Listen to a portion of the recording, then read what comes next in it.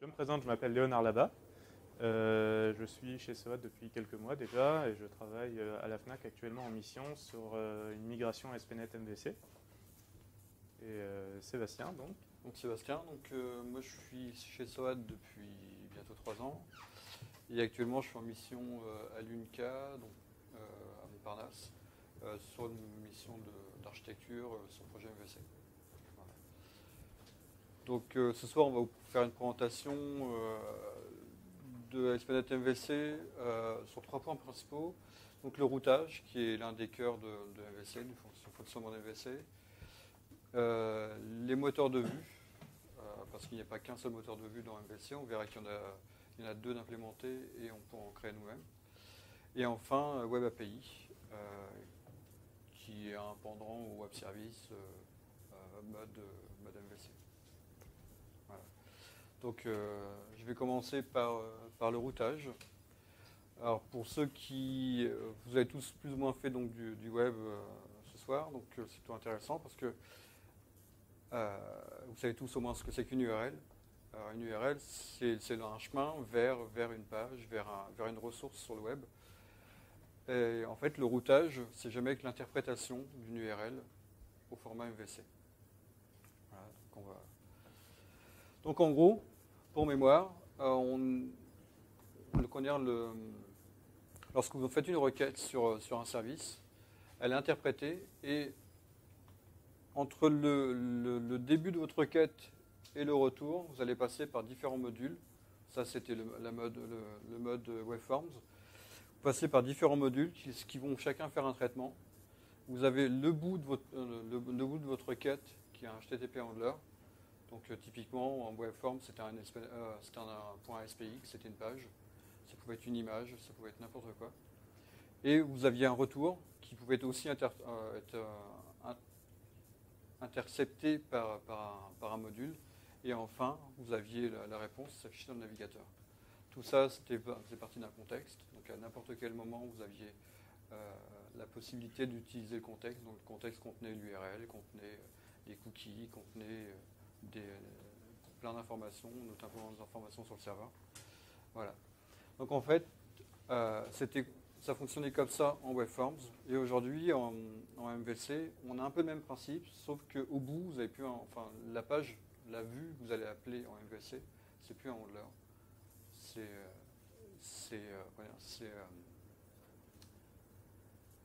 toujours un handler, mais plus de la même manière. Voilà. En fait, au bout de votre handler, c'est plus un fichier physique, c'est une action. On n'a pas fait le point sur MVC, mais ouais. En gros, MVC, c'est basé sur 3 points particuliers. C'est le modèle, donc vos données, la vue, ce que vous affichez à l'utilisateur, et le contrôleur qui interprète la requête de l'utilisateur et lui retourne la vue. À peu près. En résumé, c'est ça. Donc, lorsque vous avez fait une requête sur une page, lorsque vous faites une requête en MVC, ce que vous allez appeler à la fin, ce n'est pas une page, c'est une action qui est définie en fait avec différents paramètres sur votre application. Donc on a 2 paramètres qui sont impératifs, c'est le contrôleur et l'action. Et donc pour en revenir sur l'histoire de handler, pour le routing en MVC, on va définir des règles qui vont permettre d'aller pointer un handler particulier. Et au bout de ce handler, ça va être notre contrôleur. Pour bien compléter ce que Sébastien vient de dire, avant en Webform, quand vous alliez sur un site qui est fait en Webform, l'URL pointe vers une page qui existe, dans la plupart des cas, physiquement sur le disque, sur le serveur. Alors qu'avec ASP.NET MVC, l'URL va finalement pointer vers du code, mais qui ne correspond pas forcément à une page qui existe physiquement. C'est-à-dire que ce code, ça va être, on l'a dit, un contrôleur et une action. En gros, ça va correspondre par défaut à un nom de classe et un nom de méthode. Donc ce n'est pas un fichier comme une vue qui existe. Ce n'est pas un fichier .spx qui est quelque part. C'est du code qui sera exécuté. Pour faire le parallèle, en Webforms, on utilisait tout ce qui était URL writing. c'est un peu le même principe, sauf que l'URL writing, lui, réinterprète des URL admettons, vous changez l'infra de votre site, mais vous voulez garder les anciennes URL, vous pouvez faire l'URL writing pour réécrire et arriver dans votre nouveau site. C'est un peu le même principe, sauf que là, vous ne pointez pas vers une page, vous pointez vers une action, enfin une méthode d'une classe d'un contrôleur. On va les pointer vers une ressource plutôt que de pointer vers une page. Exactement ça. Et donc en MVC, plutôt que là où la page était un handler en webform, en MVC, on a un handler global, qui est cette classe représentée sur ce petit diagramme ici, cette classe MVC handler, qui va capter toutes les requêtes et en fonction des paramètres qu'elle va recevoir, va redispatcher ces requêtes-là vers le bon contrôleur et la bonne action. Voilà, donc c'est un extrait du webconfig qui gère qui recense les modules de votre application. Et en gros, vous avez la petite ligne qui est en surbrillance ici qui correspond au référencement de la classe du URL routing module de ASP.NET MVC. Il n'y a pas grand-chose à dire dessus, c'est juste une classe vous êtes obligé de l'avoir dans votre webconfig si vous voulez que votre appli fonctionne. En fait, pour ceux qui font déjà du webform, la notion d'HTTP module, ça doit vous parler. On a dit dans le pipeline de requêtes, ce que Sébastien disait tout à l'heure, c'est qu'il peut y avoir N modules qui sont exécutés pour autoriser la requête ou pour gérer le cache, par exemple, pour ajouter des headers dans la réponse, ce genre de choses.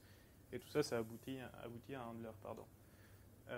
L'URL routing module, en fait, c'est une nouvelle brique d'ASP.NET qui n'est pas forcément propre à MVC, qui peut être utilisée aussi avec webform. Mais MVC va se baser là-dessus sur cet URL routing module, parce que c'est lui qui, à partir d'une URL, à partir d'une route, va savoir trouver, sortir le nom d'un contrôleur et d'une action pour exécuter du code.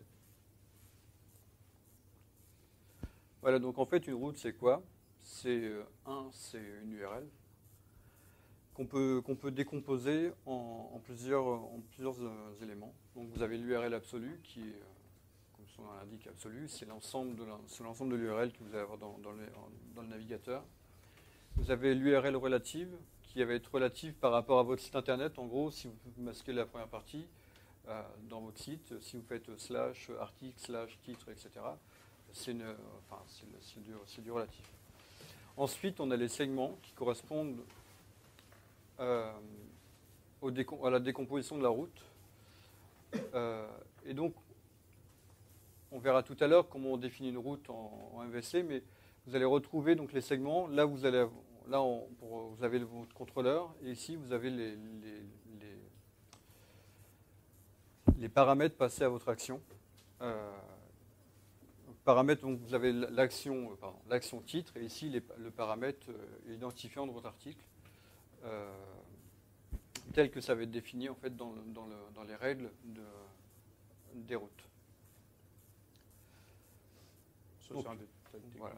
Voilà, c'est la classe de base des routes. Donc un exemple de route, en fait, il faut la nommer, parce qu'on peut avoir besoin de la référencer quelque part. Et on lui donne une URL ou au moins un pattern d'URL. Et celle-ci est moins intéressante parce que c'est juste une route simple. On ne peut pas y passer de paramètres. Enfin, en tout cas, on peut en passer, mais elles ne seront pas interprétées par le moteur de route. En fait, la première, elle est intéressante parce que c'est une route qui pourrait être valide, mais qui n'est pas valide en MVC. Parce qu'on a dit qu'il y avait deux paramètres qui étaient obligatoires en MVC, qui sont le contrôleur et l'action. Et là, on voit qu'ils sont absents. Absents aussi sur la seconde, d'ailleurs. Voilà. Mais on peut passer un paramètre en plus. En fait, on a moyen de mettre ces paramètres sans les mettre dans l'URL, mais dans ce cas-là, il faut mettre en paramètre par défaut. On va le voir sur la prochaine slide. Mais ça, elles sont pas valides en MVC, mais si vous utilisez le moteur de routing d'ASP.NET, ça pourrait être valide dans une autre techno. Voilà. C'est pas impossible. Donc, si on prend l'exemple de la première route, là, cette fois-ci qui est valide, on voit bien que dans notre URL, on a notre paramètre contrôleur et notre paramètre action. C'est-à-dire que si on appelle notre application en mettant le nom d'un contrôleur et le nom d'une action, sans paramètre, on va passer ici. On va passer dans la route là, il va l'interpréter, il va aller appeler lui-même l'action. Il va aller appeler l'action du contrôleur concerné. Dans le deuxième exemple, on a la même route que la première, avec une particularité, c'est qu'ici, on y passe des paramètres par défaut. C'est-à-dire que si l'utilisateur de votre application donne que la racine du site web, sans passer de contrôleur ni d'action, automatiquement, le moteur de routing va interpréter que le blanc qu'on a laissé pour le contrôleur, c'est home, et le blanc pour l'action, c'est index. Il va donc aller sur l'action index de contrôleur home de votre application. Donc, en général, c'est l'action par défaut de tous les sites, mais si on peut la changer, enfin, voilà. Enfin, la dernière route ici, c'est vous appelez votre application en mettant ma-page en tant que route, et il va aller appeler le contrôleur home index automatiquement parce qu'on n'a pas renseigné les paramètres dans l'URL, vu qu'on ne peut pas les mettre. En gros, l'URL routing module, quand il reçoit une requête, il va regarder toutes les routes. Ça, c'est inscrit dans ce qu'on appelle la table de routage. Il va faire tout simplement un for each sur toutes les routes enregistrées. Il va voir l'URL entrante et il va comparer à ces patterns-là.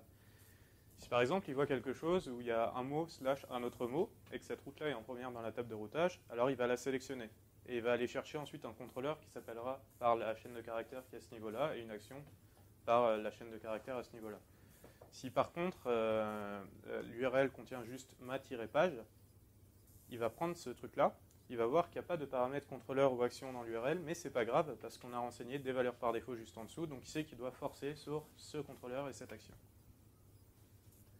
Je pense que des démos sont peut-être mieux pour illustrer tout ça, ça sera plus visuel. Alors. Donc ce projet n'a rien à voir, il n'y a juste rien à voir sur la VM. On va retirer le projet de test d'ailleurs, parce qu'il va nous embêter. Pour le coup. Alors, dans MVC, la table de routage, elle est stockée, donc on va la retrouver au démarrage du projet. Je vais fermer ça, il n'y en a pas besoin. Voilà, on va la retrouver, j'espère qu'il compile, moi, parce qu'on n'a pas vérifié. Ok.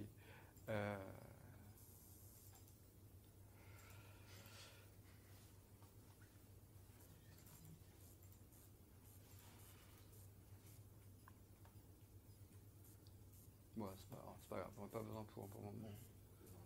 On va faire plus simple. On va créer un nouveau projet MVC.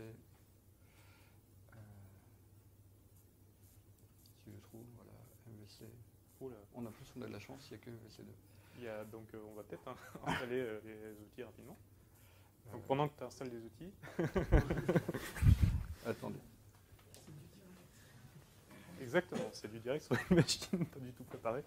Donc oui, un petit historique de MVC, puisqu'en fait vous n'êtes pas nombreux à connaître. Alors MVC actuellement, ça en est à la version 5. Donc ça a apparu, si je ne dis pas de bêtises, en 2008 ou 2009, par là, avec la version 1, qui était plutôt une espèce de grosse version bêta, pas forcément aboutie pour aller en production. Sébastien l'a mieux connu que moi, donc il m'arrêtera si je dis une bêtise. Et ça a plutôt, ça évolue sur des cycles très rapides. On a plus ou moins une version tous les ans et demi, à peu près. Donc actuellement, on a la version 5. La grosse update qu'il y a eu entre les deux, c'est la version 3. Pourquoi ? Parce qu'on a dit MVC, c'est un modèle, une vue, un contrôleur. La vue, avant, elle était exprimée avec un moteur de vue qui était le moteur WebForm. C'est-à-dire que quand vous faisiez une vue MVC, vous écriviez un contrôleur, une action, mais votre vue, elle continuait à utiliser la syntaxe des vues ASP.NET WebForm.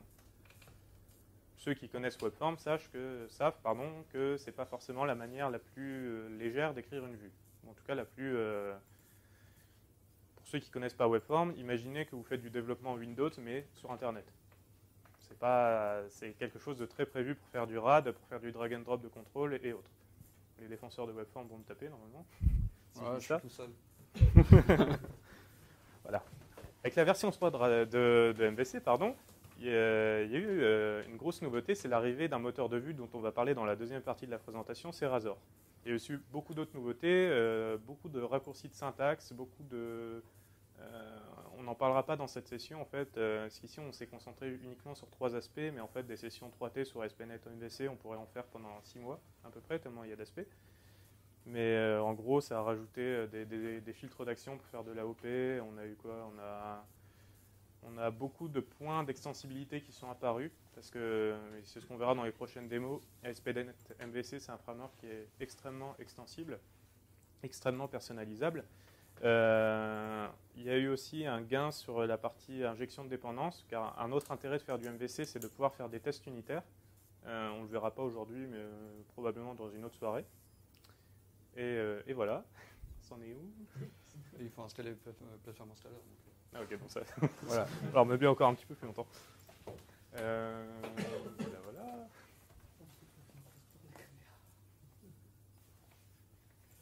Il y en a pour un petit moment de toute façon. Mais, bon, okay. Donc, ensuite, avec la version 4, il y a les Web API qui sont arrivés. Donc on en parlera dans la troisième partie, mais à la limite je vais déjà introduire le sujet maintenant, parce que on n'a pas forcément besoin de slides. Est-ce que tout le monde sait ce que c'est que REST? Est-ce que ça parle à tout le monde? Voilà. Sur Internet, c'est bien, pour ceux qui ne connaissent pas ou juste pour introduire le sujet, de pouvoir représenter une ressource par une adresse. Eh bien, REST et construire une API autour de REST, c'est finalement adresser une ressource avec des verbes spécifiques pour soit récupérer la ressource, soit créer une nouvelle ressource ou modifier une ressource. Les Web API, on va le voir, c'est finalement quelque chose qui est basé sur le même modèle que ASP.NET MVC. C'est-à-dire qu'on crée un contrôleur pareil, sauf que nos actions, plutôt que d'avoir un nom comme index, dans les exemples de route qu'on avait vus là, eh bien l'action, ça va être une action get, ou une action post, ou put, ou delete. Donc des verbes HTTP. Et finalement, on va avoir une route qui va contenir simplement une URL comme on a vu là, qui sera peut-être forcée sur un des verbes, peut-être pas. Et selon le verbe HTTP qui sera passé par le client, donc quelqu'un qui envoie la requête HTTP, automatiquement, le moteur interne, donc en gros, c'est pas exactement l'URL routing module, c'est un petit peu plus profond dans le moteur, mais il y a quelque chose à l'intérieur de Web API qui va faire la sélection du bon contrôleur et de la bonne action pour exécuter, pour répondre à notre verbe. Donc ça, on va le voir plus tard. Un autre point important dans les Web API, c'est que quand vous faites des web services REST, il faut choisir une représentation de données, c'est-à-dire que vous pouvez renvoyer vos données sous la forme XML ou sous la forme de JSON. Un des points forts de Web API, donc, c'est d'un peu se passer de ce choix-là, et plutôt de dire le client demande tel type de données, je vais lui renvoyer tel type de données. C'est ce qu'on appellera la négociation de contenu. On en reparlera après. En gros, dans votre requête HTTP, vous pouvez rajouter un header particulier qui s'appelle le header accept. Ça parle peut-être déjà à ceux qui font des web services de ce type. Et ce header accept peut accepter eh bien, des paramètres du type application/XML ou JSON, ce genre de choses. Et automatiquement, Web API, vous verrez, c'est finalement une action, donc une méthode .NET qui est typée. Par exemple, si jamais je crée une Web API qui doit me renvoyer une liste de produits, eh ben, j'aurai ma classe de modèle produit et j'aurai une action qui retourne une liste de produits ou un IEnumerable de produits.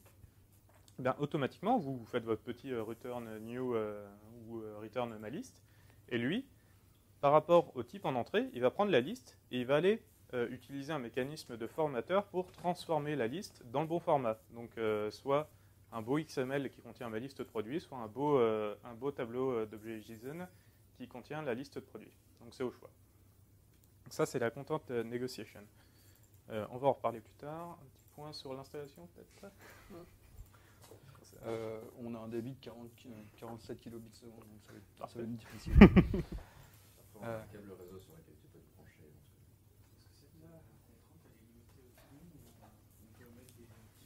Sur la content negotiation, c'est extensible encore une fois. On peut rajouter. En fait, ce qui est. On peut créer des formateurs, exactement. Donc la content negotiation, ça utilise des formateurs. Donc en gros, on lie un type à une classe spécifique, mais ce modèle est extensible. On peut en créer. En général, en démo, ce qu'on montre souvent, c'est créer un formateur du type Atom ou un truc du genre qui n'existe pas de base, ou qui existe peut-être maintenant, mais qui avant n'existait pas, et on le faisait comme ça. Donc s'il y a d'autres types, on peut en créer. On peut même étendre les existants. Par exemple, sur la version précédente de Web API, il y a eu des petits problèmes des fois sur le formatage JSON, donc on pouvait l'étendre et le remplacer pour utiliser un autre serializer. C'est possible. On ne va pas le voir dans cette session parce que c'est peut-être un peu trop avancé et puis, de toute façon on n'a pas le temps, mais en gros, ce qui est super intéressant dans cette première partie sur le routage, c'est qu'entre le moment où la requête est prise en charge par l'URL routing module et le moment où, si on avait mis un breakpoint dans la méthode de l'action, Et au moment où ce breakpoint est atteint, on passe dans plein de mécanismes qui vont générer... Parce qu'en fait, à partir d'un nom de contrôleur, issu d'un paramètre ou d'un paramètre par défaut, lui, en interne, il va devoir instancier un type. Il va devoir retrouver la bonne méthode, invoquer cette méthode. Donc ça fait appel à de la réflexion. Pas forcément, mais par défaut, ça fait appel à de la réflexion. Et c'est super intéressant et c'est surtout complètement extensible. C'est-à-dire que par défaut, donc, vous verrez dans un projet MVC, votre contrôleur, vous devez l'appeler, je dis n'importe quoi, mais produit contrôleur. C'est une convention, il faut que votre contrôleur se termine par le mot-clé contrôleur. Et lui, automatiquement, s'il voit le paramètre produit, il va aller chercher dans votre assembly ou dans les assemblies qui sont chargées dans votre abdomen une classe qui s'appelle produit contrôleur. Et il va aller faire un coup d'activateur pour l'instancier ou faire appel au dependency resolver si vous faites de l'IOC. Et ensuite, il va faire à peu près la même chose pour trouver l'action. C'est vraiment méga long. XUI du PC. XUI du PC. Vous avez peut-être déjà des questions sur Il y en cette a pas première sur partie. Et franchement, ça m'aiderait beaucoup.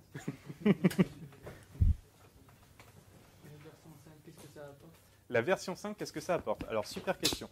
La version 5, ça a surtout des gros apports sur la partie Web API.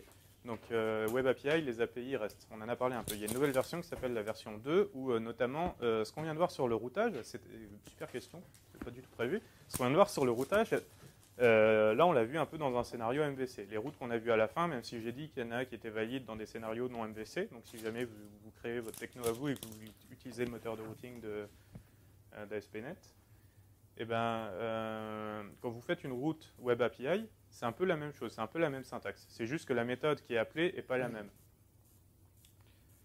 Parce qu'en fait, derrière, quand vous déclarez une route, vous la liez à un autre mécanisme qui s'appelle des routes handlers, bref, c'est un détail technique, mais qui, lui, va charger justement de l'instanciation du bon contrôleur.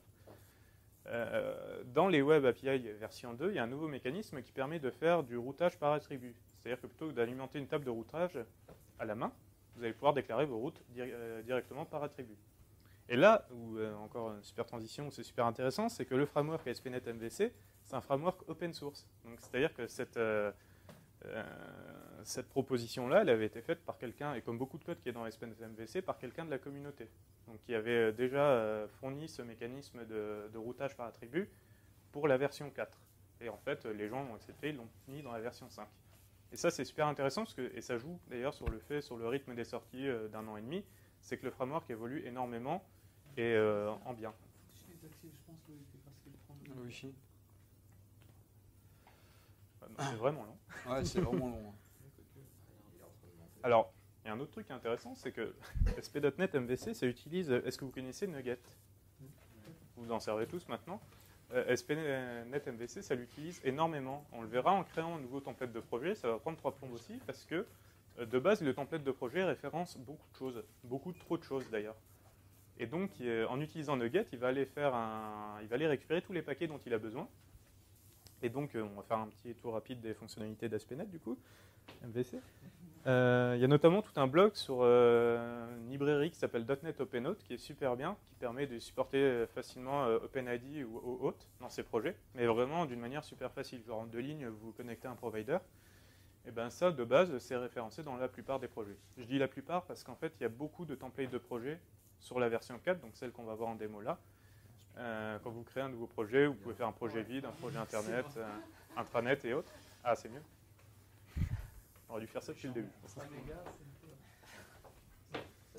Voilà. C'est un autre changement entre la version 4 et la version 5. Ça peut paraître anodin, mais ils ont complètement changé la manière dont vous créez votre projet de départ. C'est-à-dire qu'avant, vous alliez dans, je ne sais plus quoi, web à gauche, et vous aviez 5-6 templates de projet. Là, maintenant, ils ont tout centralisé dans un seul avec une fenêtre de configuration. Après, vous choisissez si vous voulez utiliser telle fonctionnalité, tel type d'authentification, ce genre de choses. C'est une autre évol qu'on ne verra pas là puisque nous sommes sur la version 4. D'ailleurs, si je dis pas de bêtises, je me demande si la 5 n'est pas limitée à VS 2012. Je ne suis pas sûr, mais... Oui. Si. Bon. Ouais. Bon, bah voilà. Bon, maintenant, il installe. On y Voilà. est presque. Là, on ne dépend plus du débit. Qu'est-ce qu'on peut dire d'autre en attendant Ouais, donc qu'est-ce qui est supporté d'autre par MVC dont on n'a pas parlé? De base, dans MVC, on a dit que vous pouvez retourner des vues, mais c'est pas tout. Vous pouvez aussi facilement retourner du JSON, vous pouvez retourner des codes HTTP. En fait, c'est aussi dans une slide de la partie Web API, mais techniquement, vous pouviez déjà faire une couche de service REST avec ASP.NET MVC avant Web API. Parce que rien ne vous empêchait de faire votre route à vous, de réagir à tel verbe, parce que j'ai parlé d'action filter tout à l'heure. C'est pas exactement des action filters, mais il y a un mécanisme assez ressemblant qui permet de sélectionner des actions par rapport à des verbes HTTP. En fait, grâce à ça, plus le fait que vous n'êtes pas obligé de retourner une vue, mais vous pouvez retourner de la data sous forme JSON, par exemple, ou sous forme XML, encore une fois, c'est assez libre, vous pouviez déjà avoir votre couche de service REST avec les versions précédentes d'ASP.NET MVC. Pourquoi ce n'est pas intéressant?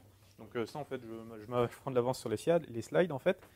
C'est pas intéressant parce que en faisant ça, vous n'avez pas forcément la content negotiation, donc la négociation de contenu. Dans le sens où là où de base Web API sait répondre à cette entête HTTP accept pour sélectionner le format de retour, et là en MVC vous l'avez pas et il faut tout vous taper à la main. Donc c'est pas forcément évident. Par contre, si vous êtes dans un scénario où vous avez un site, et c'est assez courant maintenant de voir ça, vous avez un site avec beaucoup de jQuery dans vos vues, et donc en fait, potentiellement une action, une route, doit répondre à une requête soit par une vue, soit par du JSON. C'est-à-dire que, globalement, je ne sais pas si je veux afficher la liste admettons que vous voulez afficher une liste de produits. L'utilisateur tape la requête vers votre page dans son navigateur, boum, ça affiche la page avec une jolie table et votre liste de produits. L'utilisateur ajoute un produit. Vous avez envie de faire ça en mode un peu kikou, un peu avec du JavaScript. Donc vous allez faire votre post en Ajax et vous allez vouloir rafraîchir la liste de produits. Donc soit vous le faites un peu en bourrin, vous l'ajoutez à la main dans la table, soit vous voulez rafraîchir complètement la liste. Là, au lieu de faire un refresh de la page, vous pourriez avoir la possibilité de juste faire un get sur la même URL et de rajouter ce accept application JSON par exemple. Et donc, dans votre code, gérer le fait de retourner, dans ce cas-là, non plus une vue, mais du JSON. Voilà, c'est un peu le scénario. On peut avoir un hybride entre Web API et ASP.NET MVC. Scénario que nous ne verrons pas ce soir, mais qui est possible. Ah. C'est vraiment méga long. C'est le problème de l'installation, c'est toujours très long. C'est toujours très long dans les mauvais moments, en fait. Ouais, parce que des fois, ça va super vite. On peut toujours coder d'ailleurs, même pas de... Il a eu peur. C'était pour vous montrer l'installation. Alors, on va réouvrir Visual Studio. Donc, comme vous le constatez, avec ASP.NET MVC, vous avez un post opérationnel en finalement un bon quart d'heure. C'est assez rapide. Donc, nouveau projet. Et oups, on a... Voilà, donc ce que je disais rapidement tout à l'heure sur les templates de projet, les moteurs de vue, il y en a plusieurs, on verra ça après. Razor, si tu cliques là, hop, ASPX, donc le moteur Webform. Celui-là, en gros, vous le verrez peut-être sur des projets parce qu'ils sont compatibles avec de l'existant, mais en fait, ça ne sert pas trop. L'autre est mieux. On en reparlera. Voilà. Donc, je vais prendre... La petite coche test unitaire, parce qu'on l'a dit, c'est important, les tests unitaires. On n'en fera pas ce soir. On n'en fera pas ce soir, mais c'est important. C'est important. On en fera une autre fois, si vous voulez. Si, j'insiste. Promis, on installera les outils avant. Voilà. Donc, on va reprendre sur le test des routes. Il installe jQuery, tout ça. Donc, au premier démarrage quand on crée un projet web, via Nugget. Je ne sais pas si vous avez vu, il y a la terre entière qui est passée en bas à gauche ici. D'ailleurs, si tu cliques sur les références, on va le voir. Donc c'est que de base, un projet application Internet, ça référence du monde. Voilà. Donc on voit .NET OpenNote, pas mal de trucs, des morceaux d'Entity Framework. Vous n'êtes pas obligé d'avoir tout ça pour que ça marche. En fait, à la limite, vous pouvez faire un projet, une DLL à la main, et juste rajouter le package Nugget MVC, et de base, ça pourra tourner. Et il y aura beaucoup moins de DLL. C'est juste que lui, voilà, si Sébastien le montre, il nous met beaucoup de choses. Alors, par défaut, il en met plein. Mais même ça, c'est long. C'est censé aller vite, ça. Donc vous allez avoir normalement 3 pages, je crois, ou un truc comme ça. Par défaut, il référence, voilà donc il y en a beaucoup. Il y en a beaucoup trop. Entity Framework, jQuery, il y en a qui ne servent pas et qui sont quand même là. Donc il y a les open house quand vous êtes en local. Voilà, vous verrez, les templates de projet utilisent déjà jQuery et jQuery Validate aussi. Il y a pas mal de choses qui sont faites avec ça, où on en parlera un peu sur la décoration de modèles. Il sait gérer automatiquement des validateurs côté client. Voilà. Donc, on revient sur les routes. Alors, les routes... pour faire de la place, on va mettre ça là. Les routes, elles sont paramétrées au démarrage de l'application. Alors, comme on est en ASP.NET, et que ce soit du WebForms ou du MVC, ça ne change pas. Le démarrage de l'application, c'est toujours le fichier global ASAX. Alors, ce fichier, il est assez marrant parce que moi, qui ai un historique assez ancien sur les technos ASP.NET, il existait déjà en ASP3. Alors, pour ceux qui ont connu, voilà. En ASP3, on avait un fichier qui s'appelait Global ASA et qui gérait aussi les démarrages de l'application. Et donc, ça n'a pas changé en MVC, on a toujours ce fichier et on a ici toute la configuration de notre application au démarrage. Je ne vais pas m'attarder trop, mais on a le démarrage des Web API, on a les filtres, on a les routes, on a les bundles. Donc les bundles, c'est les packages avec le JavaScript et le CSS et l'authentification. Donc on va s'intéresser ici aux routes. Et on voit que par défaut, donc on a notre route, la fameuse route dont je parlais tout à l'heure, avec le home index. Donc par défaut, on a une route qui ressemble à ça, contrôleur action ID. On a une route par défaut qui, en gros,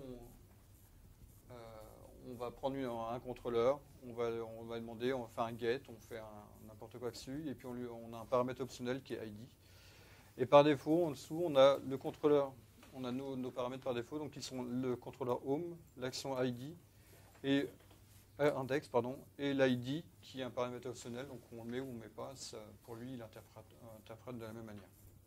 En gros, si jamais vous avez un contrôleur product, la personne qui va sur votre site peut taper votre site /product, rien mettre derrière, et automatiquement lui va aller chercher un contrôleur product et une action qui s'appelle index. C'est-à-dire que les paramètres de gauche à droite, disons que s'il y a des valeurs qui sont fournies à gauche, les valeurs à droite, du moment qu'elles ont une valeur par défaut, peuvent ne pas avoir de valeur. En gros, tant que vous mettez des trucs à gauche, ça marche. Vous pouvez laisser du vide à droite s'ils ont des valeurs par défaut, ou s'ils sont marqués comme optionnels, c'est le cas de ID. Par contre, vous ne pouvez pas laisser vide contrôleur, ne pas avoir de valeur par défaut. Enfin, d'ailleurs, donc vous ne pouvez pas laisser vide contrôleur et les mettre de l'action, de l'ID derrière. Ça va faire des trucs un peu bizarres. C'est pas le problème de //, c'est que si on a, par exemple, on appelle l'application en mettant que l'ID, il ne va pas être capable de reconnaître la route, donc ça ne va pas fonctionner. Pourtant, on a bien dit que le contrôleur et l'action étaient home index par défaut. Donc, pour vous montrer, on va lancer l'application, le beau template par défaut de ASP.NET, MVC. Voilà, donc ici, on voit que on voit donc notre page par défaut. On a l'URL par défaut de l'application qui n'a aucun contrôleur, aucune action. On va faire le test. Si je mets home correctement, on a toujours la même action, la même page.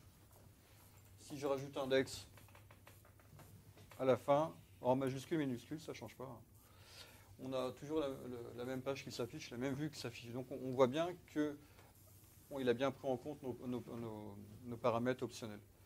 Admettons que là, la page About, on a bien notre contrôleur Home et l'action About qui est là. Et en fait, on va aller regarder quand même dans le code derrière, on verra que notre contrôleur, ici, ne fait qu'appeler la vue correspondante. Alors, en fait, comment ça marche ?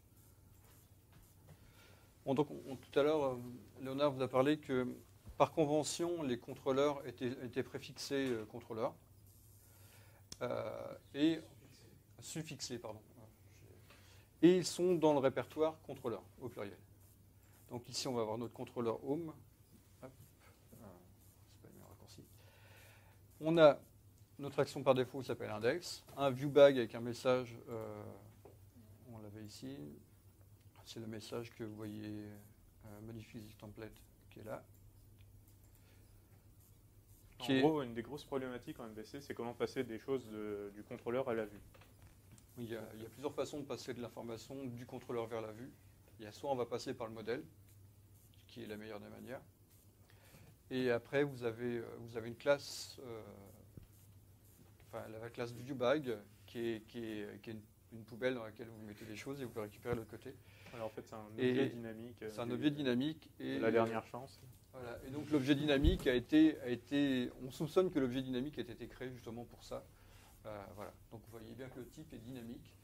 Et donc si je fais ViewBag comme ça et je mets ça, je fais point, j'ai rien du tout. Parce que il ne sait pas ce qu'il y a derrière. Par contre, on peut mettre une variable toto et mettre du contenu.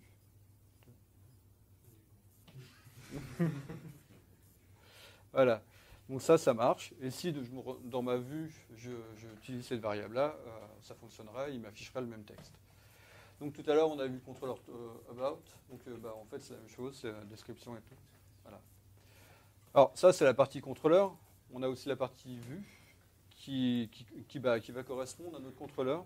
Et par convention, donc la vue est stockée donc, dans le répertoire vue. Et il y a un sous-répertoire home qui correspond au contrôleur. Et là, pour chaque action, vous avez une vue. Ça, c'est la config par défaut. On n'aura malheureusement pas le temps d'aborder des cas où on peut aller plus loin, on crée dynamiquement. Mais ce sera peut-être pour une prochaine fois. Donc ici, vous avez le contenu de la page index, enfin la vue index, avec notre fameux viewBag ici, avec le message. On n'a pas vu tout à l'heure, mais il y a un title qui est voilà, il est mis dans le layout. Dans le layout, ouais. Il est là. Ouais. Donc on l'a. Ça. Si je rajoute, j'aurais pu mettre ça. ViewBag Toto. Alors, ce qui est bien, c'est qu'on n'a pas vu de compiler. Il suffit de faire refresh. C'est censé voir la casse ou pas? Alors par contre, il faut quand même que tu recompiles. Ouais, parce que t'as changé c'est mon contrôleur qui n'est pas. C'est mon contrôleur qui est pas recompilé. En fait, le côté ici dans le CSS HTML, donc dans la vue Razor, toutes les modifications sont prises en compte. Il suffit de faire refresh, c'est recompilé à la volée. Par contre, le contrôleur, lui, c'est une classe .NET, donc il faut vraiment le compiler. Donc je fais un refresh ici, et vous allez voir que voilà, j'ai rajouté, pour l'exemple, c'est. Donc en gros, pour tester les routes, on va tester le cas qu'on a vu tout à l'heure, avec en mettant par défaut les variables contrôleur et action, et puis en mettant une route qui est juste nommée sur l'URL. Donc on va mettre la page. Alors il y a un truc auquel il faut super faire gaffe avec les routes, SPNet MVC, Web API et tout. C'est que je parlais tout à l'heure de la table de routage et donc du for each de l'URL routing module sur la table de routage. Et en fait, il va prendre la première qui match. Donc là, typiquement, la première route default, c'est un peu une route qui va gober un peu toutes les requêtes. Donc il faut toujours faire gaffe à la mettre en dernier. Parce que sinon, les requêtes vont arriver. J'ai beau avoir un mappage, lui, derrière, il risque de se dire le paramètre contrôleur, c'est mappage.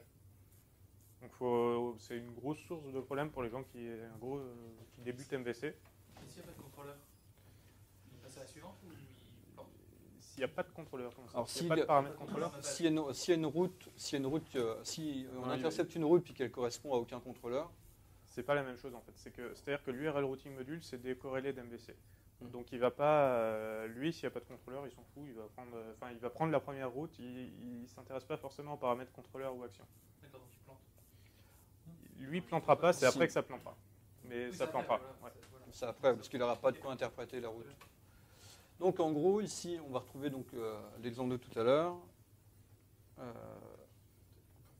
question par rapport au fichier config route. Ouais. C'est possible parce que en fait c'est hardcodé.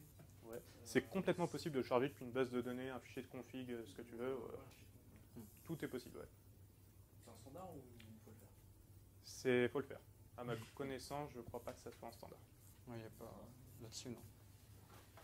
Par contre, on peut... je reviens, je vous montre le test. Donc ici, je reprends la route que je viens de créer, qui est fixe, en mettant ma page. Quand je fais ça, c'est l'effet démo. Mais il n'a pas voulu. Bah oui, il est compilé.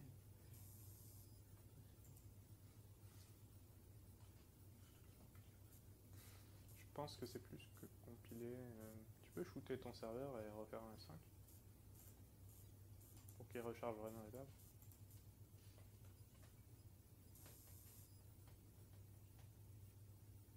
Ouais, vu que ça fait par Global L6. Ouais.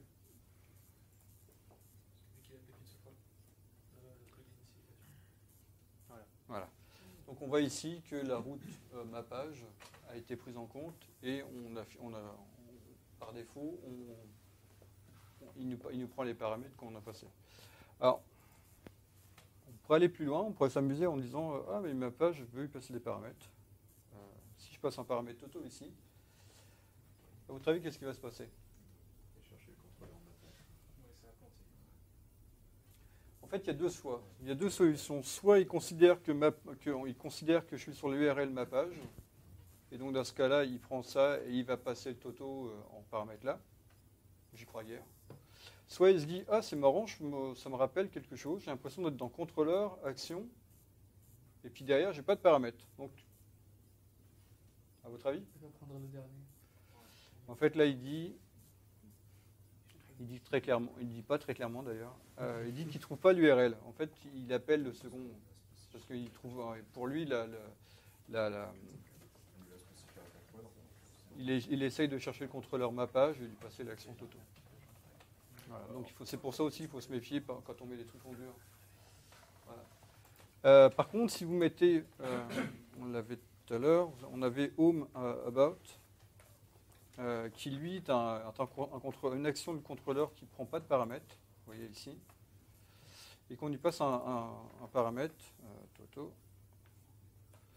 En fait, ça marche très bien, parce qu'il va quand même appeler la méthode, enfin l'action Toto, mais il n'a pas de paramètres à passer à la méthode, donc il rentre dedans. Par contre, rien ne vous empêche, à l'intérieur de l'action, de récupérer le paramètre que vous avez passé, parce qu'on a toutes les informations, on a la table de route et les data qui sont, enfin, on a les routes data qui sont accessibles. D'accord, il n'y a pas moyen de surcharger les actions. Si, bien sûr. Si, il y a moyen. Tu peux rajouter, tu peux mettre 15 paramètres dans ta... En fait, il y a un mécanisme en MVC qui s'appelle le model binding, qui est même super bien.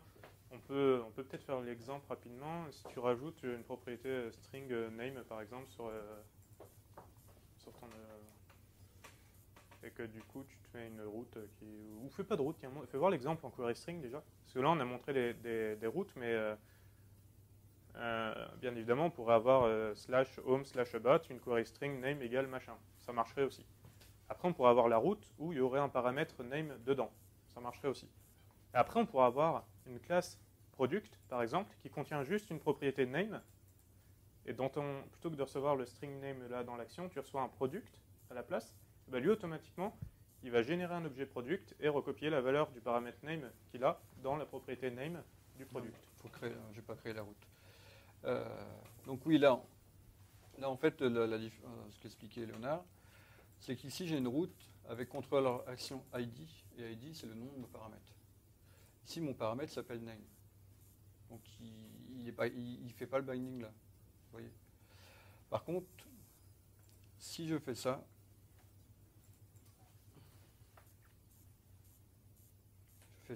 il va binder automatiquement mon paramètre name. Vous voyez, il m'a récupéré ici. Il m'a récupéré là. Donc on a vraiment toute la puissance du moteur derrière pour récupérer tous nos paramètres. Après, si vous voulez faire des routes beaucoup plus complexes, il y a toutes les possibilités qu'on veut. En fait, c'est pensé vraiment pour le SEO, où vous pouvez faire des URL qui décrivent vraiment bien les choses.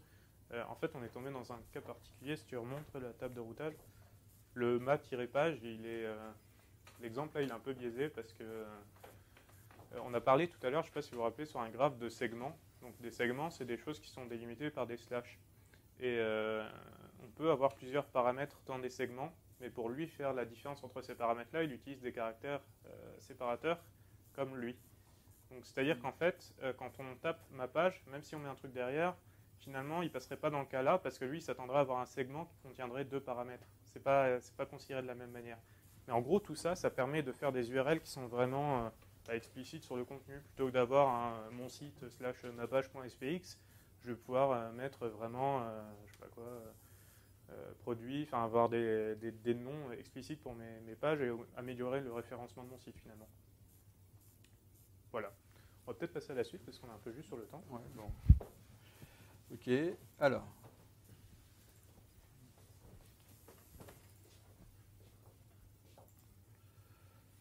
Donc ouais, une autre notion, bon, c'est un peu plus compliqué, comme là on est plus dans une intro, c'est peut-être pas grave, on peut aussi rajouter des contraintes sur des routes. C'est-à-dire que là, typiquement, j'ai une route où je veux taper sur une action historique, donc qui doit prendre une année, un mois et un jour en paramètres. Et ben, j'ai envie que ça marche que si jamais les paramètres qui sont passés sont des nombres, et ben, je peux passer des regex dans ce cas-là. Je pourrais aussi, il y a aussi toute une notion où on peut créer des contraintes, implémenter une interface pour créer des contraintes personnalisées pour je sais pas, tester que l'utilisateur est connecté, ce genre de choses. Bref, il y a tout un mécanisme de contraintes.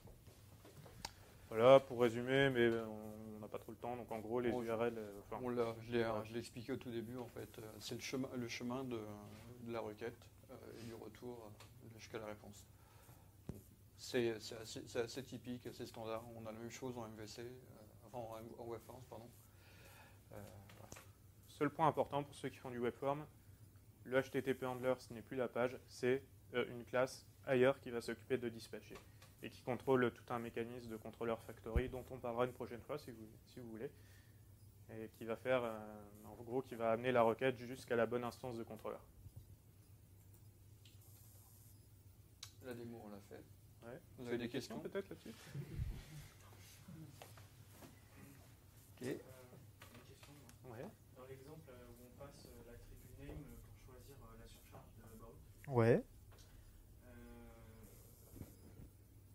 est-ce que ça marche aussi si l'attribut va passer en query string mais qu'il est passé en post?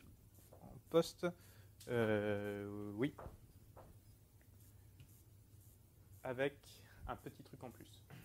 C'est-à-dire que de base, pour faire le model binding, il va aller chercher, selon si c'est du get ou du post, il va aller chercher les infos soit dans l'URL, soit dans les datas du post. Mais on peut lui dire d'aller les chercher ailleurs. Alors, on a un exemple qui est, qui est ici. Il y a un projet par défaut. Et ici, il a un login modèle. Et le login modèle est défini donc dans les modèles. C'est un objet complexe avec username, password, remember me, etc. Et en fait, ces données-là viennent de, alors c'est le login, viennent de la vue que vous avez ici. Donc là, on a la vue. On n'a pas abordé la construction des formulaires en Razor. En gros, là, il crée une textbox pour la propriété username de la vue. Là, il en fait autant en password pour la propriété password. Et là, c'est une checkbox pour remember me. Et lorsque vous cliquez pour la soumission du formulaire, il transmet les informations dans le poste.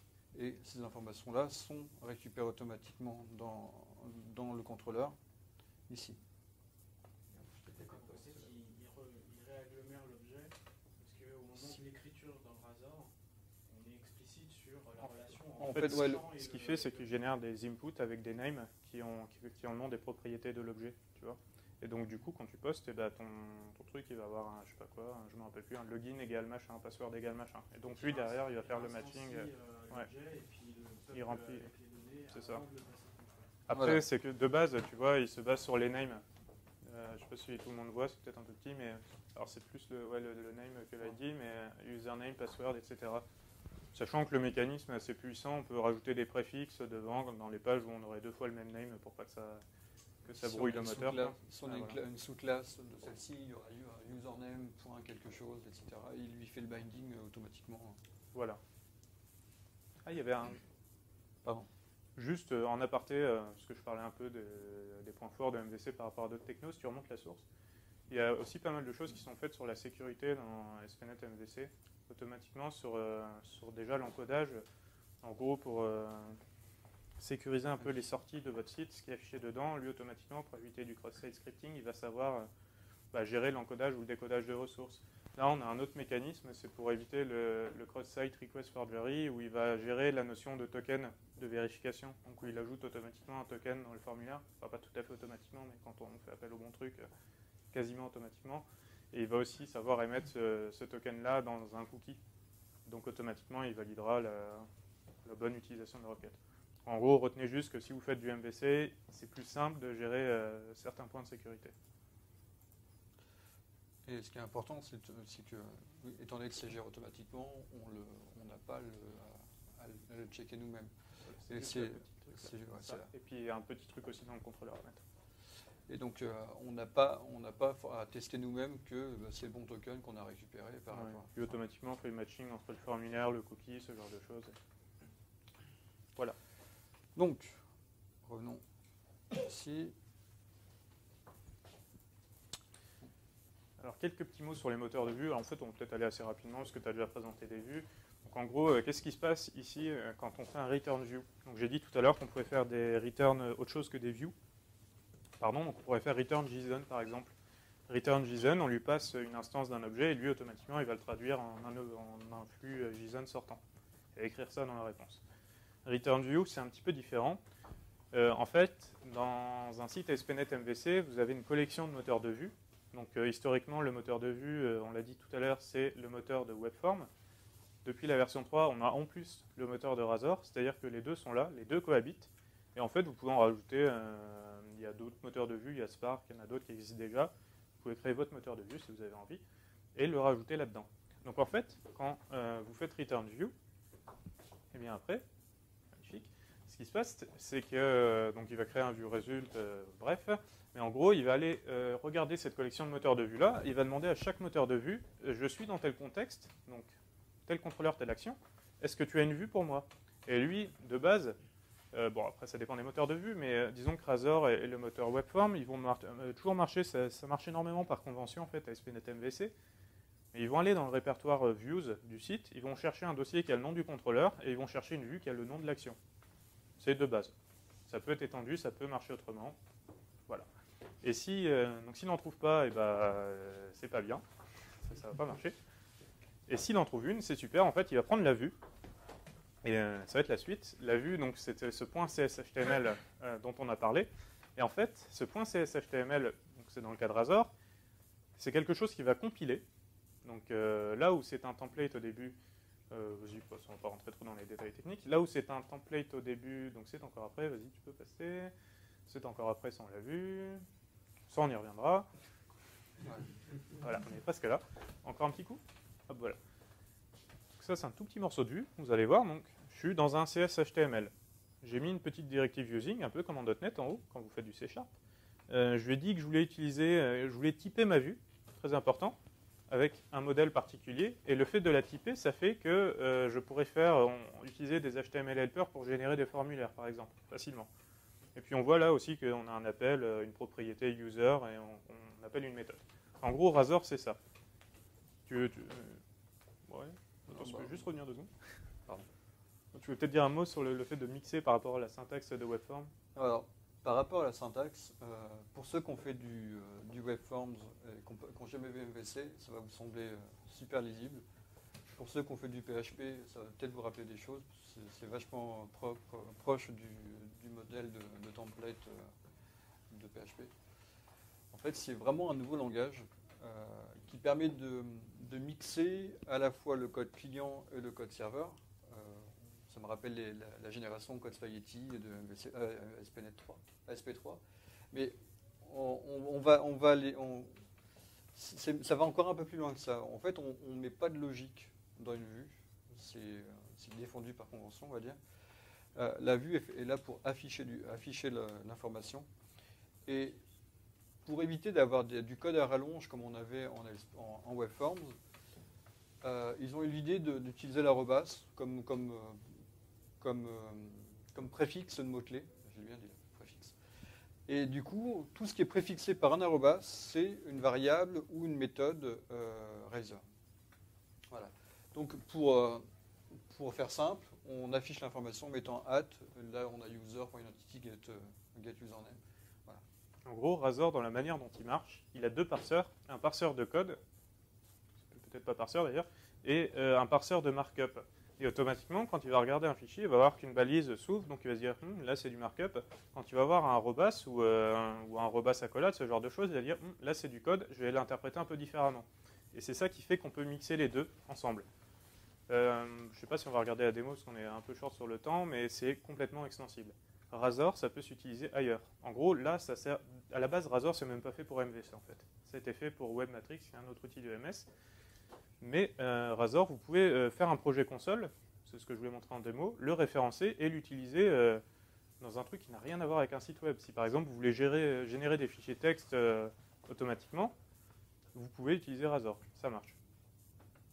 D'ailleurs, c'est ce que je montre là, c'est un petit morceau de fichier de config. J'ai dit que c'était une classe qui est générée là, et bien cette classe-là, elle va automatiquement hériter d'un type, ici, on le voit, WebViewPage. Donc c'est à partir de ce moment-là, en fait, c'est ces deux lignes-là qui font que ce template-là peut devenir du HTML. Et une page générée pour un site MVC. C'est ces lignes-là. En gros, ce machin-là, c'est lui qui va faire que c'est compilé de telle manière, et ce machin-là, c'est une classe de base qui fait qu'on aura la propriété user, notamment, et plein d'autres choses. Je passe... Hop, merci. Juste pour info, on a dit que les vues étaient générées. Elles sont générées dans le répertoire temporaire donc, du framework. Et une vue générée, ça ressemble à ça. Ça utilise code DOM d'ailleurs, derrière. Donc ceux qui font du WinForm, quand vous drag and droppez des contrôles dans le designer, bah, ça utilise le même outil pour générer le code. Et on voit ici, j'ai ma vue. Donc, enfin non, on ne voit pas parce que c'est écrit tout petit, mais en gros c'est écrit account login CSHTML.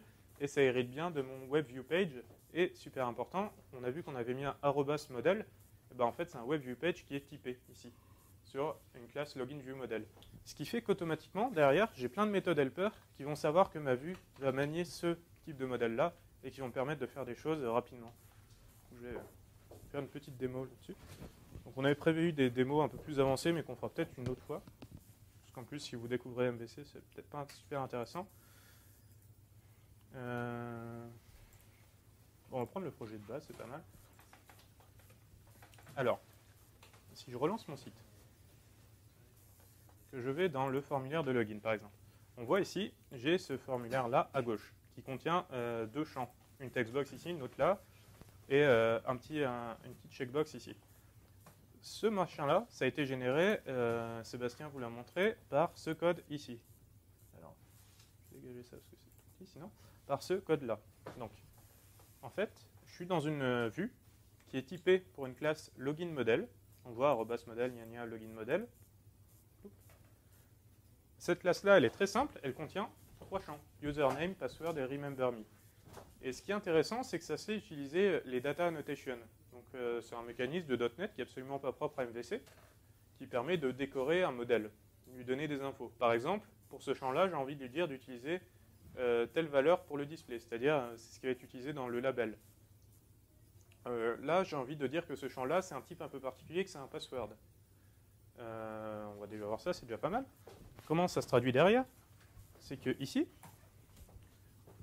on a vu que la vue était typée, donc automatiquement, il est capable de nous proposer ici cet objet HTML qui correspond à une classe qui s'appelle HTML helper, qui est également typée avec notre modèle, du coup, pour laquelle on va avoir des méthodes comme label_for, textbox_for et autres. Et ces méthodes-là sont typées sur finalement une expression, je ne sais pas si l'intelligence va bien vouloir nous aider, mais une expression de func qui va prendre notre modèle en paramètres. Hop, voilà.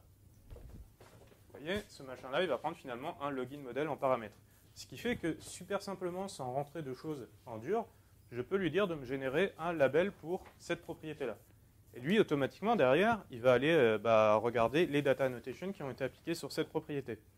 Même chose sur la textbox. Automatiquement, il va savoir aller prendre la valeur qui existerait potentiellement déjà sur mon modèle pour la mettre dans le champ. Ouais.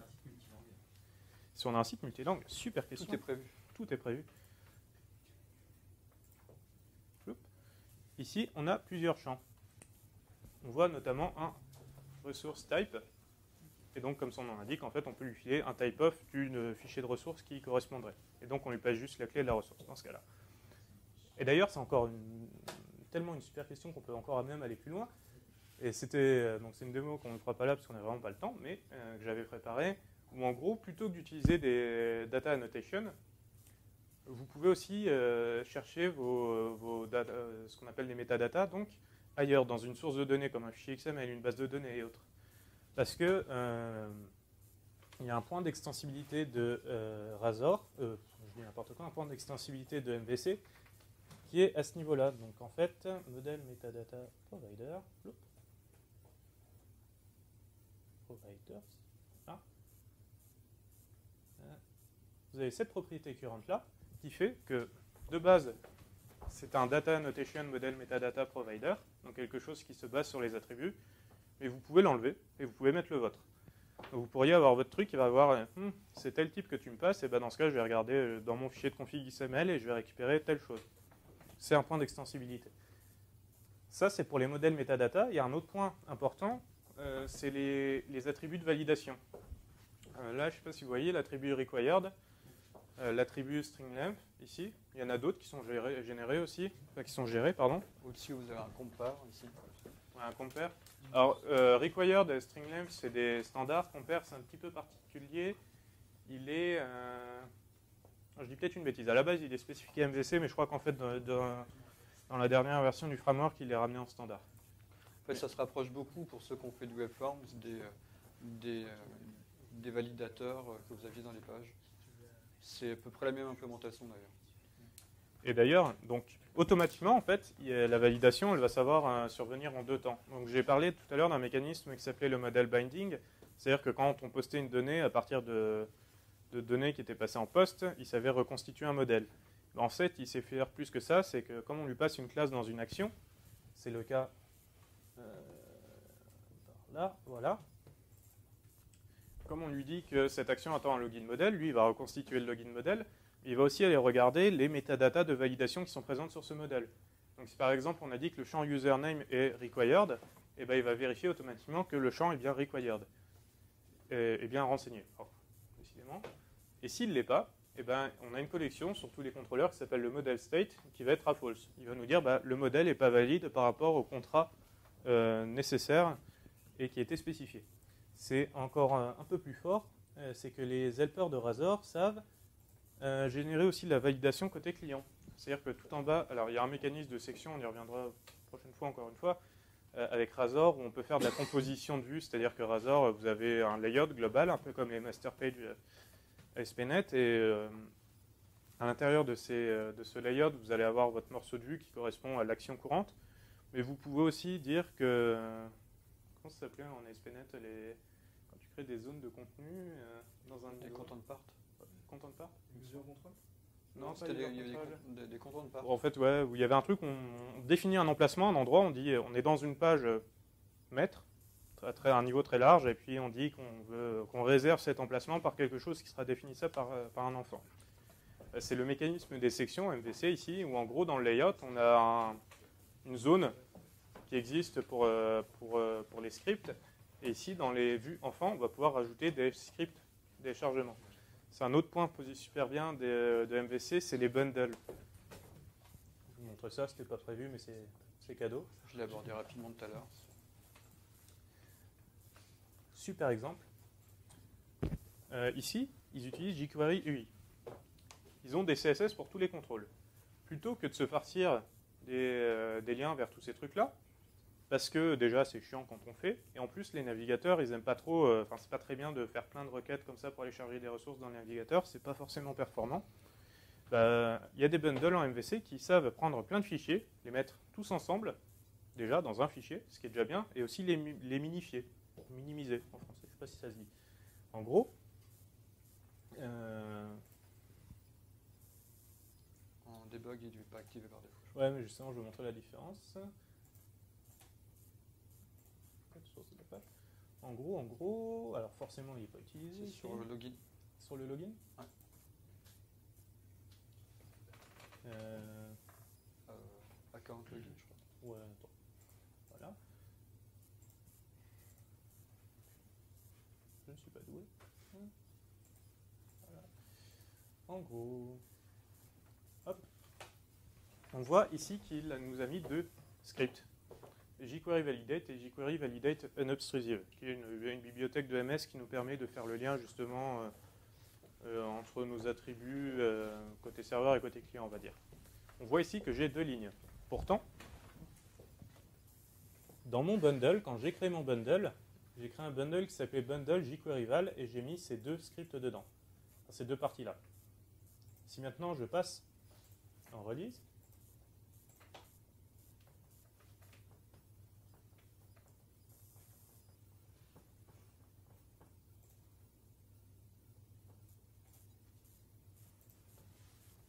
on voit que j'ai toujours deux scripts, donc ça ne suffit pas. Donc si je passe en release et que je force et que je lui dis « mets-moi force l'optimisation, bundle table, hop, ça doit être ça. Hop. Alors il y a un autre truc super bien avec MVC qui est pas mal utilisé, c'est 2IS Express. Et franchement, comparé à Cassini, ah mais il ne va pas être installé. Voilà, donc il y a un truc super bien que vous ne verrez pas aujourd'hui. On va pas l'installer. Sa particularité, c'est que c'est la même chose que 2IS. Ça marche comme 2IS, à 2-3 features près, mais en gros, il y avait vraiment un gros gap de fonctionnement sur certains points entre Cassini et 2IS normal. 2IS Express, ça marche comme 2IS. C'est vraiment ce que tu peux avoir le plus proche pour le fonctionnement. C'est un 2IS Ça gère en l'autant mode intégré. tout ce que tu veux.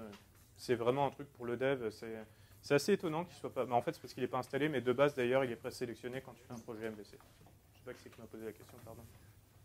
Mais la différence, c'est qu'en 2IS, il y a deux modes de fonctionnement différents. Et là, on n'est que en mode intégré, integrated mode. Voilà, donc là, comparé à avant, c'est très joli, effectivement. Il ne m'a pas mis mes deux scripts, il les a regroupés dans un truc ici qui, en fait, qui sera catché par un handler. Et donc, il y a un nom, bundle jQuery Val, et une clé.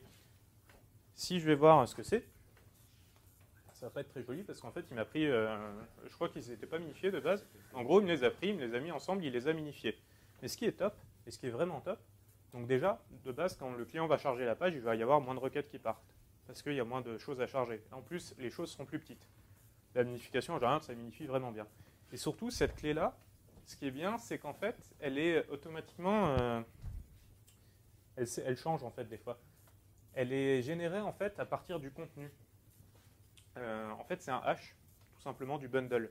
Ce qui fait que si jamais vous changez quelque chose dans votre script, que vous redéployez votre site, les pages vont être émises avec une clé différente. Donc, automatiquement, ça va invalider le cache du client.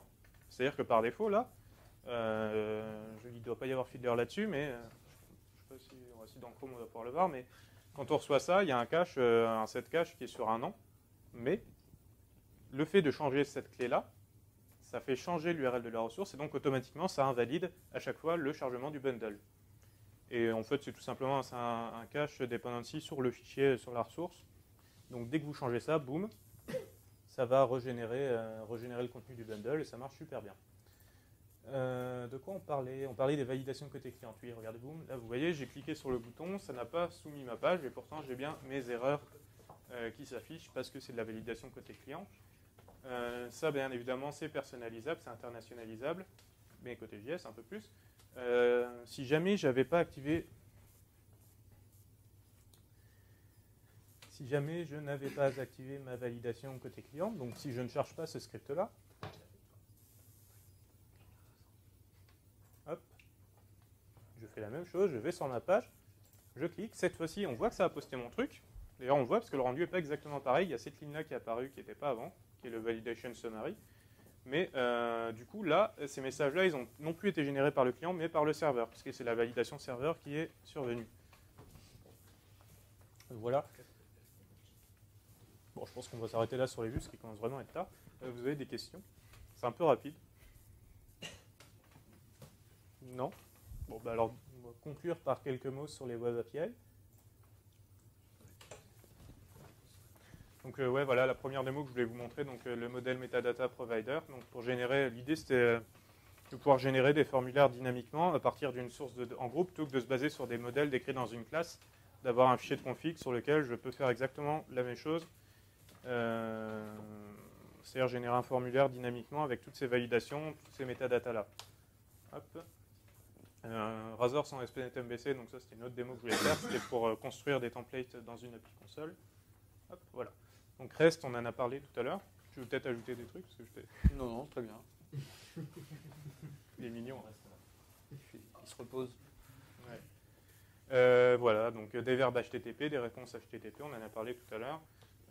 J'avais mis ça parce que je trouve ça marrant en fait, la manière dont REST progresse par rapport à SOAP. Il reste encore beaucoup de SOAP. Je l'avais préparé. Voilà un exemple. En fait, ce qui est important dans REST, c'est la représentation des données et surtout la logique. C'est-à-dire que si je veux récupérer une ressource, je ne le fais pas avec un verbe post, je le fais avec un verbe get. Ceux qui sont un peu anglophones comprendront pourquoi. Les autres, c'est un dogme, c'est comme ça. Un autre exemple. Ici, voilà, je veux créer un produit, je ne vais pas le faire avec un verbe get, je vais le faire avec un verbe post. Web API supporte d'autres verbes.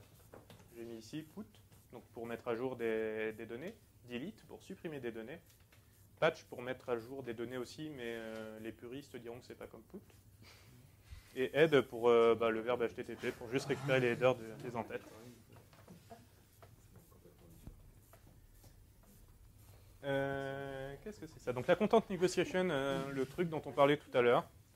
Ma requête contient un entête accept sur application JSON, je renvoie du JSON. Elle contient un entête application XML, je renvoie du XML. Moi, développeur, ça ne change rien de mon côté, parce que je fais un return, dans tous les cas, new produit. Alors, ça change quelque chose quand tu es développeur. Ça change juste que quand tu testes ta requête dans IE ou dans Chrome, tu n'as pas le même résultat. Oui, parce qu'ils n'ont pas... En fait, par défaut, Chrome et Firefox vous l'affichent avec un entête accept XML, qui vous les affiche le XML dans la page. IE vous retourne un JSON dans un fichier texte. C'est pas toujours très pratique, mais bon, ça, voilà, ça marche comme ça. C'est à savoir. Pour tester, c'est intéressant. Est-ce que vous connaissez Fiddler? Yes. Tout le monde? Bon, je pense qu'on fera un 3T sur Web API en fait pour montrer comment ça marche vraiment. C'est un débugger HTTP vraiment pratique quand on travaille sur des Web API. ASP.NET vs Web API, j'en ai parlé tout à l'heure. Pourquoi choisir l'un et pas l'autre? En gros, le gros plus de Web API, c'est la négociation de contenu. Négociation de contenu, donc ce qui est important, c'est que vous faites un service une fois. Vous voulez le consommer en JSON, vous le négociez en JSON. Vous voulez le consommer en XML, vous le négociez en XML. Vous le développez une fois, vous avez plusieurs contenus différents. Ça, c'est hyper intéressant et je ne vois pas pourquoi on s'embêterait à le développer nous-mêmes quand ça existe. C'est vrai. C'est très pratique parce que, par exemple, quand vous êtes dans une page, dans une vue Razor et que vous avez besoin d'un contenu, par exemple, pour remplir une combo, en jQuery, ça prend 3 lignes. On n'est pas obligé de récupérer du XML, le parser, etc. C'est top. Qui a déjà vu Web API ici? Il y en a... Bon, je pense que ça coûte pas très cher de faire une démo, du coup. Vous avez peut-être faim, en fait. Je vais faire vite. Hop. Ce qu'il y a, c'est que c'est très proche des contrôleurs MVC. C'est-à-dire que là où on dérivait de contrôleurs en MVC, ici on va dériver de API contrôleur. C'est tout. À partir de là, on en a parlé tout à l'heure, je peux retourner mon modèle directement. Donc, ploup.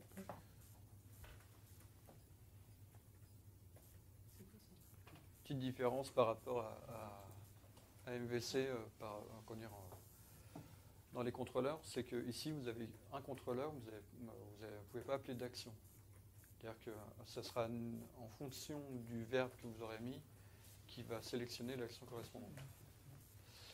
Et là où c'est encore plus fort, c'est si vous avez deux actions get sur le même contrôleur, celle qui est au singulier, vous mettez un ID, il va retourner l'ID, enfin l'objet correspondant. Et si vous mettez celle qui est au pluriel, il va vous retourner la collection.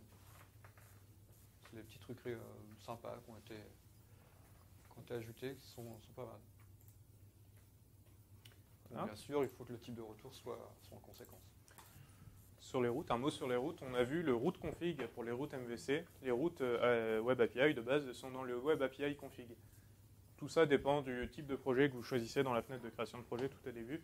On voit que c'est exactement la même chose à cela près que ça n'appelle pas la même méthode. Là, c'est des maps HTTP route, parce que derrière, ça n'utilise pas exactement le même truc. En fait, ce qui est assez cocasse, si vous regardez, c'est qu'ils ont fait quelque chose qui est tel que le développeur, quand il fait un contrôleur MVC ou un contrôleur Web API, il y voit que du feu. Ça a l'air d'être exactement pareil. Sauf qu'il y a un mot HTTP en plus à un endroit ou un mot API à un endroit. Mais en fait, derrière, c'est pas du tout la même stack. C'est ça qui est assez marrant. C'était ce slide, d'ailleurs, ce magnifique slide là. Je fais des captures d'écran quand même. C'est-à-dire qu'en fait, tout ce qui est Web API, c'est dans une assembly à part qui s'appelle, enfin c'est dans plusieurs assemblées à part, mais c'est surtout dans system.web HTTP qui n'a absolument rien à voir avec MVC. D'ailleurs, ce qui est assez marrant, c'est que du Web API, encore une fois, vous pouvez en faire dans une appli console. En fait, ça a la faculté de s'hoster soi-même sans être dans 2IS. C'est-à-dire que vous faites une appli console, vous référencez Web API en mode self-host, vous démarrez votre serveur Web API comme ça. Et ça va marcher. Vous pourrez envoyer des requêtes dessus. Sans être dans un site web. Avec aucun lien avec MVC. C'est-à-dire que ça ouvre un listener HTTP. C'est ça. Donc voilà. Par contre, au niveau de l'expérience de développement, vous voyez, c'est comme si j'avais fait un contrôleur normal, sauf qu'ici j'ai mis API contrôleur, que j'ai une action qui s'appelle get et que je ne retourne pas une vue. Quelques petites différences. Bon, en fait, tu peux avoir là, il l'a appelé get, mais il aurait pu l'appeler get products. Ouais, puis en fait, il me semble que de mémoire, tu as un truc comme ça où tu peux l'appeler Toto. Tu peux l'appeler Toto, c'est aussi, tu peux mettre un attribut pour, je crois que ça marche, l'accept verbe, ouais. Pour lui dire qu'elle prend le get, des trucs comme ça. Donc il va, par rapport à ta requête, et il va te retourner le... Mais après, ce qu'il faut bien comprendre, bon, c'est le côté REST, mais il y a un côté super important sur l'identification des ressources, quoi. Le fait d'avoir finalement ton API / product, ça te limite finalement au verbe get, get, post, put, etc. Donc c'est pas déconnant finalement de ne pas avoir 150 méthodes dans le même contrôleur. C'est même mieux. Parce que finalement, c'est pas forcément la même ressource. Si tu avais besoin d'autres types d'actions, c'est pas forcément la même ressource qu'il faudra appeler. Donc là, ça oblige à avoir un contrôleur par type de données. Alors, est-ce qu'on peut faire les coups et tenter le... Oui, mais ton contrôleur sera forcément typé par rapport au type de données que tu veux retourner. Oui, mais aussi on peut mettre HTTP post, get sur la méthode pour dire ce que tu souhaites accepter. Oui. Étant donné que là, la méthode à la base, enfin au début, elle s'appelait get, il sait très bien que c'est le verbe get qui est intercepté. Non, ça va vite, ça, on peut se le permettre. Voilà. Ok. Super. Donc je relance mon site. Hop. Donc, je vais appeler mon truc comment? Product. Product. Ouais, product. Donc dans Fiddler, pour ceux qui ne connaissent pas, vous avez déjà ça regarde un peu toutes les requêtes qui passent, mais vous avez surtout un composeur de requêtes où vous allez pouvoir écrire ici simplement ce qui doit partir. Donc ici, je vais faire un get tout simplement sur product. Je vais le faire en lui passant rien, on va voir ce qu'il renvoie.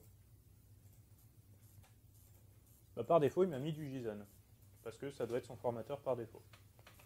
Si maintenant, on vérifie qu'on ne vous a pas dit des bêtises, qu'on rajoute l'entête accept, application XML,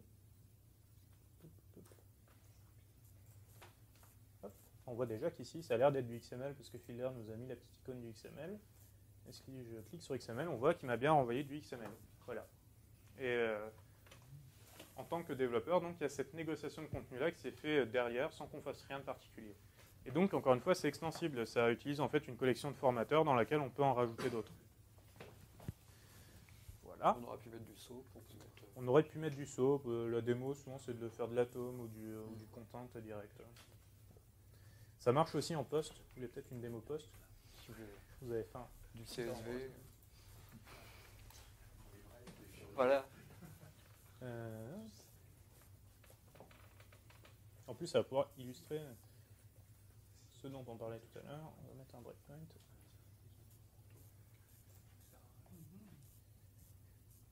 Composer.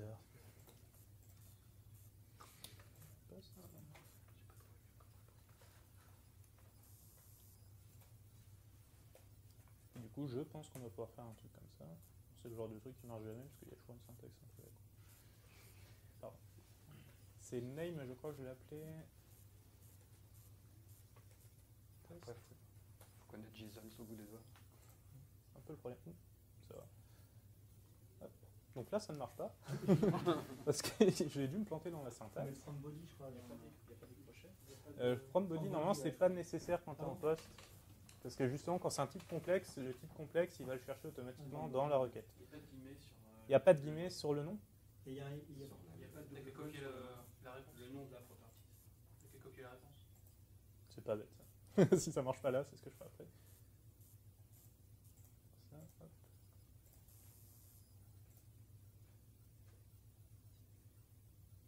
Bon. Et Donc il on faut- va retenir la première faut mettre un solution. égal, je crois, dans le début du body à ce moment-là. Un égal dans le début du body.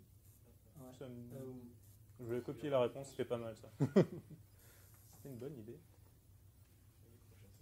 Les crochets, c'est parce que c'était une Ah ouais, collection. c'est parce que c'est une liste. En fait, je vois pas pourquoi il veut pas. Non. Application JSON content. Ah, c'est parce que c'est pas accept, c'est content type. J'avais laissé mon truc de tout à l'heure. Voilà. Donc il y a bien des guillemets ici en fait. Hop. Hop. Voilà. Voilà. Bon, ben voilà. Magnifique, n'est-ce pas? Donc ça marche aussi avec des...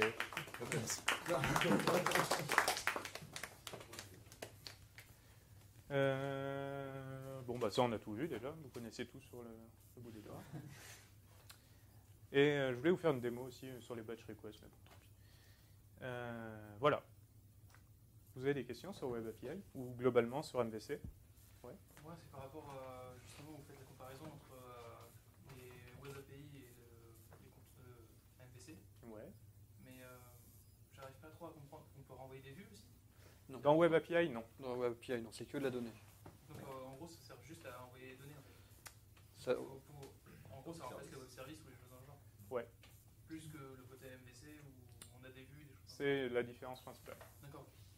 En gros, si tu as une appli qui doit renvoyer des vues, tu vas prendre plutôt MVC. Sachant qu'en MVC, tu peux aussi renvoyer de la donnée. C'est juste que tu n'as pas la négociation de contenu qui est prévue de base. Mais tu peux aussi faire la tienne. L'exemple que je donnais tout à l'heure, c'était d'en avoir une qui de base te renvoie des vues, mais si tu as un accept particulier qui va te renvoyer du JSON ou des trucs comme ça. Tu peux te le gérer comme ça. C'est possible. en général, on conseille plutôt d'utiliser Web API pour le retour de la donnée. Moi, je sais que sur les projets sur lesquels je travaille, j'interdis formellement de faire des retours de JSON sur du MVC, mais parfois, on n'a pas... Donc utiliser les deux en même temps en fait. On peut utiliser Ça dans marche, le temps. bah là on a bien le cas, on est dans une même appli, j'avais mes contrôleurs MVC et mes contrôleurs Web API dans la même. Ouais. Et ça marche nickel. On pourrait même, c'est l'exemple que Sébastien donnait, avoir une vue qui est retournée et qui fait un appel jQuery sur une Web API. Il faut utiliser en Ajax et Exactement. D'ailleurs, il y a un template de projet, vous pourrez regarder si vous installez les outils à la maison, qui est les Single Page Application, qui utilisent Knockout comme framework et qui en fait, derrière, utilise à mort Web API alors que c'est un projet MVC normal. Voilà. Merci à tous. Tu veux peut-être ajouter quelque chose? On n'a pas fait la pub. Pas fait la pub. C'était pas la version justement, de la- ouais, c'était pas la version qu'on avait modifiée. Vous pouvez oublier ce lien-là. C'est un peu bas. Donc, si vous avez des questions, n'hésitez pas. Je pense vous avez nos mails. Et Bah, on sinon, n'hésitera c'est pas à nom, prénom, répondre. nom, prénom. @soat.fr. Donc le blog de Sébastien, mon blog en bas. Je case ma pub ici parce que j'ai coécrit un bouquin sur MVC 4. Enfin, c'est pas MVC 4 en fait, c'est sur MVC. C'est écrit 4 là, mais en fait non. Et voilà. Voilà. C'est au moment de l'écriture, c'est MVC 4 et il y a MVC 5 qui s'est glissé entre temps. On a dit, bon, on fait quoi, on réécrit tout? Non. Au final, il n'y a pas grand chose qui change. Donc, Donc il y a MVC 5 qui est sorti il n'y a pas longtemps, qui apporte quelques nouvelles fonctionnalités, mais c'est pas c'est pas révolutionnaire. là. Ce qui compte, c'est les concepts. En fait, c'est un framework où ils pètent pas tout à chaque version. Comme ils ont un rythme rapide de sortie, ils rajoutent des choses, mais ils reviennent pas sur tout ce qui existe. Il y a eu des changements entre la 3 et la 4, mais entre 4 et 5, il n'y a pas de breaking change.